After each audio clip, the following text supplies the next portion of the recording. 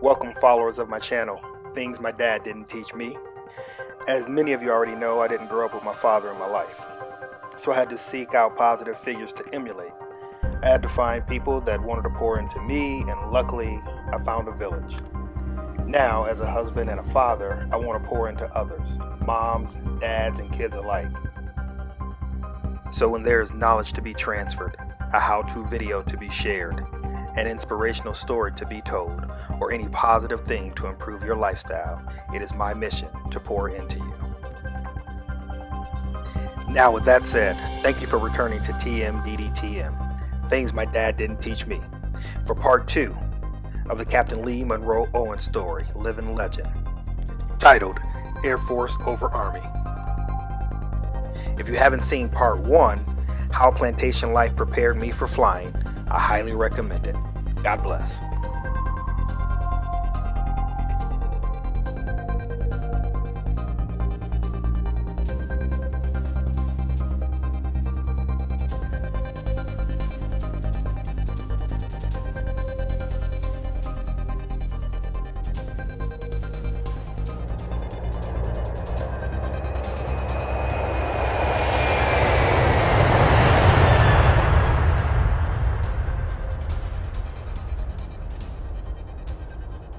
My dream is just like everybody else. I mean, most black kids today, whether in the city or in the rural countryside of Mississippi, is that their way out will be sports or education.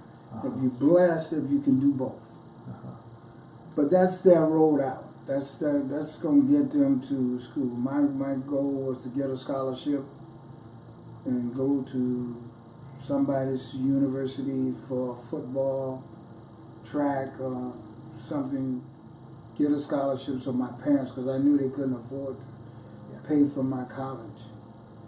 You know, so I had to get a scholarship. And I got lucky. So I had to decide the week of the thing. I called my coach. I says, I've been talking to Marshall University, but they only offer me a scholarship for 2 years, and the only thing I can do is run punts, and they say I probably won't get to play. I'm used to playing, so I want to play. He said, well, or you can go to Mississippi Delta Junior College and be it was a predominantly white school, and that's when integration first started. It was very, very difficult. I wanted to go off and get an education and make sure that I reached some of my goals. And my goals was that I was going to be a football coach and come back because I want to be like my football coach. I want to make a difference.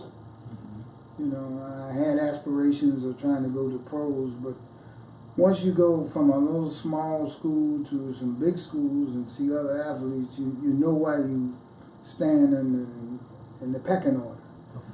And some people never learned that what they were is a big fish in a small pond. And now you're in a big pond with some more big fish. Where am I? You know, what I can do. So I played, and it was, like I said, it was a horrific year. We rode the bus down to Picayune, Mississippi to play a game down in Jackson, Mississippi, which is the capital of Mississippi, at Hines Junior College. But when we got there, we stopped before we got there so the team could go and get something to eat and use the bathroom. And the 4 black players got off the bus and they told us we couldn't come into the establishment. It was still segregated back in those days in the South. So we had to go around and use a lesser facility. This is 1968. Yeah. This is not 1928, 1938, or 1948. This is 1968. And I had to learn something as I got older, as a young man, that I was more vulnerable as a young male black in Mississippi than a female black in Mississippi. So it was more dangerous for us to be out at night or Who were your childhood heroes and role models, and why? Earlier, you already told us that your mom was my one. mom was number one. Number one. And then number two was my dad. Okay. Because my dad born with deformed feet. But he, with his deformed feet, he walked with a limp and his feet was really twisted. And they never got straight, but he played baseball. Wow. He worked every day of his life, and I've never seen my father not go to work. Wow. So when I grew up, I was one of my prime values. I wanted to be strong and loving. He never told us I love you. Now, that's one thing we didn't get in a Southern home. But you knew he loved you. But I knew he loved me. High school football coach gave us value, integrity, hard work, and this is what you got to do. Discipline. This is how it has to work. You have to work as a team. You have to be part of a group. Your individualists won't work. You have to work together. This team is only as good as its weakest link. And so my heroes was the guys that played sports in my high school. To be honest with you, how I got in the Air Force was because of a guy who was 3 grades ahead of me named Leandra Lewis. Lee is a very common name downtown. Robert Lee, James Lee, Earl Lee. It's very common down south. And I think young people today don't set many goals. So you believe that goal setting is a prerequisite to your path to success? Yes. And I always tell, with the job I do now as an instructor and a pilot, I always tell students, if you want to drive a Bentley, put a picture of a Bentley. Every morning you get up, you look at that picture of that Bentley. If that's what motivates you, that's what you strive for. If it's being a lawyer or a doctor, put something on there every morning that you get up to keep you focused.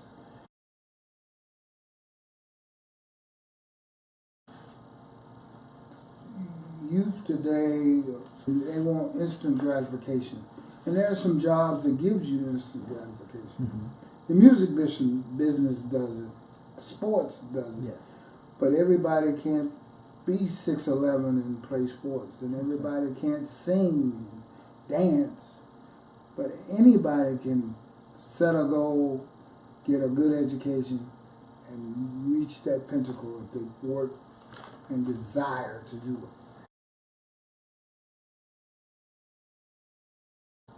Help close this gap between your enrollment into the Air Force and your connection with Southern Illinois University. Help close that gap for us. Back to my friend and upperclassman, Leandra Lewis, comes into my life again. Okay. Here comes Leandra on leave. He comes by my house.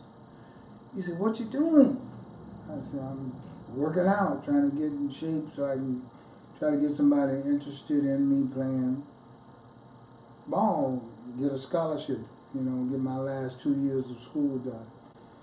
He said, "Why don't you think about the Air Force?" He said, "I'm in the Air Force, and I play service ball.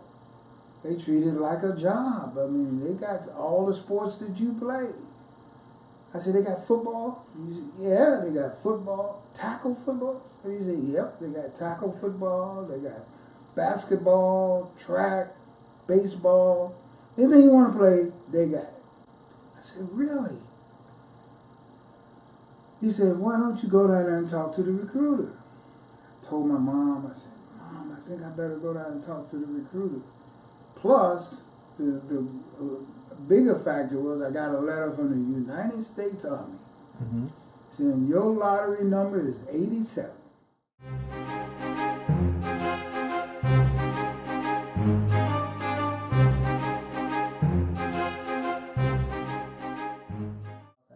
They was drafting people for Vietnam. If you wasn't in college, you don't get a college deferment. And that was for the young black, it was either somebody's college or the military. That was your way out if your folks couldn't afford to, then you join the military. I hadn't put the military on my scope, but once Leandra talked to me, it put it on my scope. 87 is not too far from 1. That's right. That's right. And when it was picking people up, at that time, lots of people was going. I said, I don't want to be in the Army because I had connotations about the Army. I want to continue my education. And Leandra also said that you can continue your education in the Air Force. They set up so you can go to school, and they got universities that comes and to the bases. And I said, oh, yeah, that was like my way out. I said, let me go and apply for it because I'm number 87 on the draft board. I know they're going to take me. And I said, I will not make it till September to get to school. And it was like July. He came back to Mississippi on leave. And I said, that was a blessing from God. God sent him to me to put me on the right path. I went down to the recruiter, I took the test, and he says, well, I can get you in maintenance school right away. You can go 2 weeks from now, you'll be in Lackland Air Force Base. And October 10th, 1971, I went to Lackland Air Force Base. And that's when my Air Force career started. I swore in and put my hand up and pledged allegiance to the United States Air Force and the United States government. And that's when the rest of it is history. How did that choice or decision impact the rest of your life, you choosing the Air Force? It was, for a rural kid from Mississippi, it was the greatest thing that ever happened to me. It gave me the ability to travel. It gave me the ability to get a beautiful education. I mean, I could have made a living if I never learned how to fly an airplane.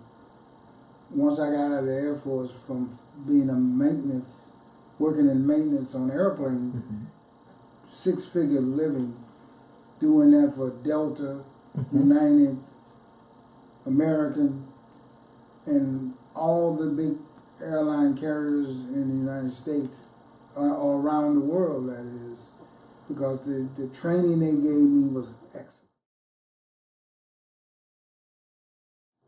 I got an assignment back to George Air Force Base, California. When I got there, they had 2 schools that was offering degrees for military people, but you had to do it on the weekend, aviation management. And I said, well, what do this task entail? They said, well, you can work as a director of aviation. You can manage an airport.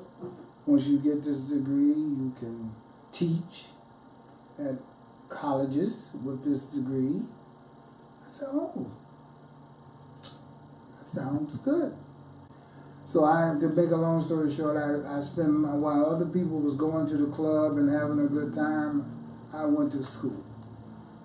I went to class Saturday all day, Sunday all day, got my homework assignment for the week, and the next weekend, every weekend it was spent for 2 years finishing up that degree. I hope you're enjoying the Captain Lee M Owens story, living legend. Please join us for part 3, Learn to Fly from a Living Legend. Be sure to subscribe to the channel, TMDDTM, like the video, and share with your friends and family. God bless.